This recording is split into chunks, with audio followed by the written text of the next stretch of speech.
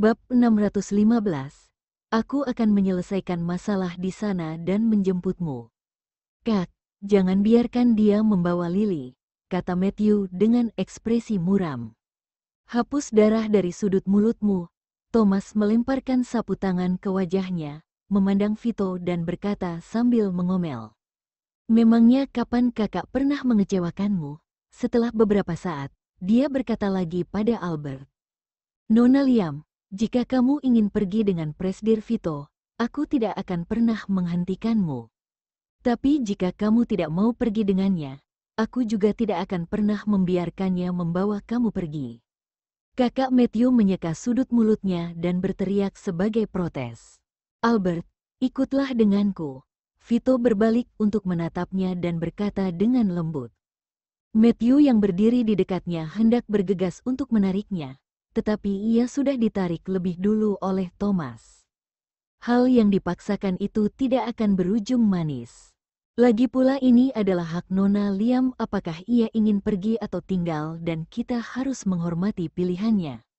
Thomas seolah-olah sedang bicara dengan Matthew, tetapi sebenarnya dia berkata seperti itu untuk Vito. Albert terlihat acuh tak acuh, mengerutkan bibirnya dan perlahan melepaskan telapak tangan Vito yang memegang pergelangan tangannya. Albert. Vito tersentak dan telapak tangannya sedikit menegang. Aku tidak akan pulang bersamamu dan bahkan jika aku pulang, tidak ada yang perlu dibicarakan di antara kita, jadi lepaskan aku. Dia berkata dengan suara serak. Vito langsung terkejut dan telapak tangannya tetap diam dan tidak membiarkan Albert melepaskannya. Rasanya seperti 1 abad telah berlalu. Vito perlahan melepaskan telapak tangannya, seolah-olah dia berjanji padanya. Jagalah dirimu. Aku akan menjemputmu setelah aku menyelesaikan masalah di kota Leicester. Kaki Albert menjadi lemas dan dia terjatuh ke lantai.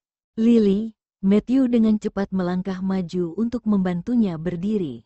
Aku mau pulang, Albert berkata dengan nada lemah. Meskipun dia tidak ingin pergi dengan Vito, tapi dia juga tidak ingin tinggal di sini bersama dengan Matthew lagi. Lily, kamu bisa beristirahat di sini sebelum pulang. Kata Matthew, bagaimana jika Albert pulang dan Vito mengganggunya lagi? Matthew baru saja akan bicara ketika Thomas berdiri di depannya dan berkata, Matthew, karena Nona Liam bilang kalau dia ingin pulang, kamu harus mengantarnya. Kurasa Nona Liam ingin pulang karena dia ingin sendirian. Kamu jangan memaksanya untuk tinggal di sini dan membuatnya membencimu. Matthew menatap kakaknya dan kemudian menatap Albert. Dia merenung sejenak. Lily, aku akan mengantarmu pulang. Terima kasih. Albert melirik Thomas dan berterima kasih lalu berjalan menuju pintu. Vito duduk di dalam mobil dan menghela napas yang terasa berat dan menyakitkan. Apakah ini karma untuknya? Karma karena sebelumnya dia telah bermain dengan banyak wanita. Kini akhirnya saat ada wanita yang membuatnya ingin menjalani kehidupan berumah tangga dan ia ingin bersama dengan wanita seumur hidupnya. Tapi ternyata Tuhan tidak membiarkannya bahagia begitu saja. Di mobil yang sunyi, teleponnya tiba-tiba berdering. Vito mengeluarkan ponselnya dan melihat bahwa yang meneleponnya adalah kakak iparnya. Setelah merasa ragu selama beberapa detik, dia menenangkan emosi sebelum menjawabnya. Kakak ipar, ada apa? Dia bertanya dengan dingin. Kamu masih di kota Gungnir? Cepat kembali ke kota Leicester, desak Kina. Apa yang terjadi? Vito langsung bertanya dengan gugup, apakah kakak kedua tahu sesuatu? Tidak, aku tidak tahu harus bilang apa, tolong kembalilah. Baiklah, aku akan segera kembali. Vito sudah kembali ke kota Leicester. Setelah menerima telepon tidak jelas dari Kina, dia kembali membuka internet dan trending topiknya tidak berubah banyak. Dia bahkan semakin bingung dengan apa yang terjadi di kota Leicester. Di rumah keluarga Okto, kota Leicester, Kina dengar kalau Kevin datang ke kota Leicester untuk masalah Vito, jadi dia langsung menelepon Vito dan memintanya segera kembali. Tidak lama setelah jam makan siang, dia lihat Kevin muncul. Kina langsung menyambutnya. Kevin, kamu menemukan sesuatu? Aku belum yakin. mari kita tunggu tuan muda ketiga kembali dulu. Kevin tersenyum tipis dan berbicara kepada Kina dengan nada yang sangat lembut. Ezra, si raja cemburu dari kota R, di matanya langsung terlihat api kemarahan dan maju beberapa langkah dan berdiri di antara keduanya. Pelayan sudah menyajikan teh untuk menjamu tamu. Dia berkata dengan dingin dan kemudian berkata pada Kevin. Aku masih ada urusan dengan Kina dan kamu di sini kan untuk menemui adik ketiga.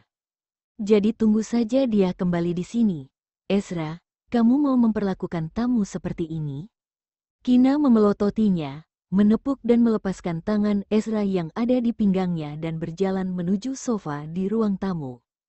Kevin, sudah makan siang? Aku akan minta chef untuk memasak makan siang untukmu.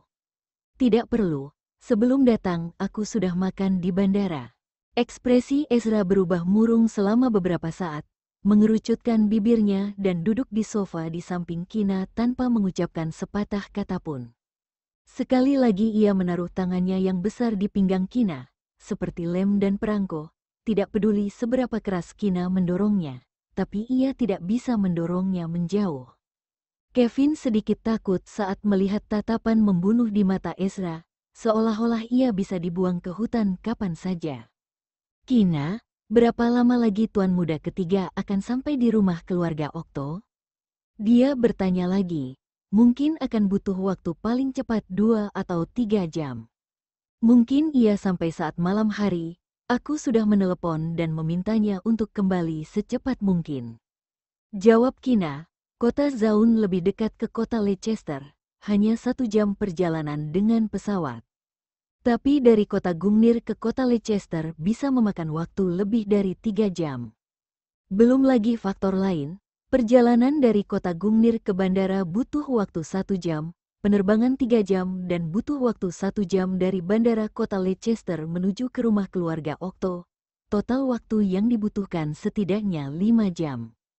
Apa kamar tamu sudah dibersihkan? Aku mau istirahat, kata Kevin sambil bangkit berdiri dari sofa, karena ia sedang diawasi oleh Ezra dan membuatnya sedikit takut. Jadi lebih baik kalau ia pergi ke kamar tamu dan membaca buku medisnya. Kamar tamu yang sebelumnya kamu tempati sudah dibersihkan. Kina tidak tahu kalau Kevin tidak mau menghabiskan waktu dengan Ezra. Lalu ia meminta pelayan untuk mengantar Kevin ke kamar tamu untuk beristirahat. Saat Kevin mengikuti pelayan ke lantai atas, Kina mencubit pipi Ezra dan tertawa. Kenapa dengan ekspresi kamu? Kevin ada di sini kan untuk membantu saudara ketigamu. Ezra mendengus dingin. Dia ingin bilang kalau Kevin ada di sini bukan untuk membantu. Memangnya urusan apa? Tapi ia takut jika mengatakan itu, Kina akan marah. Kina juga mengikutinya mendengus dingin, melipat tangannya di dada dan memunggungi dia. Ezra menegakkan tubuhnya dan mengarahkan napas hangatnya ke telinga Kina. Tak lama kemudian, lehernya memerah. Kina, kita harus tidur siang. Tidak mau, kamu pergi saja. Kina mendorong wajahnya menjauh. Alasan tidur siang ini jelas karena semalam Ezra tidak berhasil menyentuh dirinya dan sekarang dia ingin melakukannya. Kita tidur siang dulu yuk, ajak Ezra lagi, merendahkan suaranya dan berkata, Ezra Junior juga merindukanmu. Ayo pergi, aku akan mengendalikan diriku dan akan selesai sebelum saudara ketiga kembali. Bab 616. Apakah kamu menemukan sesuatu? 3 atau 4 jam kemudian. Vito sudah kembali ke rumah keluarga Okto. Di mana tuan muda kedua dan nona muda kedua? Dia bertanya pada kepala pelayan dengan acuh tak acuh. Kepala pelayan melihat luka di wajahnya dan terkejut. Tuan muda kedua dan nona muda kedua pergi tidur siang saat menunggu tuan muda ketiga kembali dan tuan Kevin juga ada di sini. Kenapa dia ada di sini? Vito menyipitkan matanya. Ekspresinya sedikit dingin dan bingung saat mendengar nama Kevin. Dari percakapan antara nona muda kedua dengan tuan Kevin, sepertinya tuan Kevin datang ke sini untuk urusan tuan muda ketiga. Kepala pelayan menjawab dengan jujur. Setelah mendengar itu, Vito melambaikan tangannya, memberitahu bahwa kepala pelayan bisa pergi. Kepala pelayan tidak langsung pergi, dengan ragu bertanya. Tuan muda ketiga, haruskah aku memberitahu tuan muda kedua dan tuan Kevin bahwa kamu sudah kembali? Tidak perlu, Vito menolak. Sekarang sudah hampir jam 4 sore dan ia tahu kalau kakak kedua dan iparnya tidak hanya tidur siang. Jadi dia tidak berani mengganggu pekerjaan baik mereka. Ketika dia memikirkan hal ini, Vito tiba-tiba menjadi sangat iri pada kakak kedua dan saudara iparnya. Beberapa menit kemudian, tanpa ada yang memberitahunya, Kevin sudah berjalan menuruni tangga dengan langkah tenang dan anggun. Ia berada di kamarnya dan mendengar suara mesin mobil. Setelah melihat jam, ia menduga bahwa Vito sudah kembali. Tuan muda ketiga, ini tentang anakmu dengan wanita itu. Kevin duduk di sofa, berkata pada Vito dengan nada dingin. Selain menghadapi Kina dan dua bocah kecil, dia akan menunjukkan kehangatan dan kelembutannya, tapi Kevin akan bersikap dingin dan cuek terhadap orang lain. Vito ingin marah dan membantahnya bahwa anak itu bukan putranya, tapi hasil tes DNA sudah menunjukkan hasilnya. Bahkan jika ia tidak mau mengakuinya, dia tetap tidak bisa mengubah fakta yang ada. Meskipun Vito tidak tahu apa yang akan dilakukan Kevin, dia menoleh dan berkata pada kepala pelayan, atur seseorang untuk menjemput wanita dan anak itu. Ya, tuan muda ketiga, kepala pelayan menjawab dengan hormat dan langsung meninggalkan ruang tamu. Saat itu, Ezra yang sudah berganti pakaian, muncul di ruang tamu dalam keadaan segar. Apakah kamu menemukan sesuatu? Dia bertanya pada Kevin dengan acuh tak acuh. Aku belum yakin, aku akan membicarakannya ketika aku melihat anak itu. Kevin tersenyum misterius dan menyesap teh olong yang sangat mahal ini.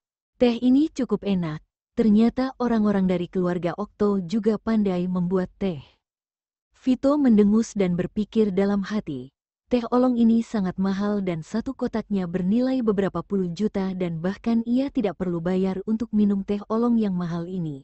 Bukankah rasanya jadi lebih enak? Kemudian, kepala pelayan yang mengatur sopir untuk menjemput ibu dan anak Bella kembali ke ruang tamu. Pelayan, Tuan Kevin suka teh olong ini, ambil setengahnya dan berikan pada Tuan Kevin. Kata Ezra dingin kepada kepala pelayan, ini adalah satu hal yang dia tidak sukai dari Kevin. Tapi Kevin ada di sini kali ini untuk urusan saudara ketiganya dan Kevin tidak menerima uang. Dan karena Kevin bilang kalau teh olong ini enak, jadi dia akan memberikan padanya agar Kevin tidak pergi dengan tangan kosong. Ya, tuan muda kedua, kepala pelayan tidak berani banyak tanya dan langsung mengiyakannya. Mau tak mau hatinya merasa sedikit sedih untuk kakek Okto itu, karena teh olong ini adalah favoritnya dan sangat sulit untuk mendapatkan satu kotak teh olong ini. Tapi tuan muda kedua sudah berkata untuk memberikan setengahnya. Ketika kakek Okto kembali nanti, mungkin saja dia akan sangat marah sehingga akan membuat seluruh rumah ini heboh.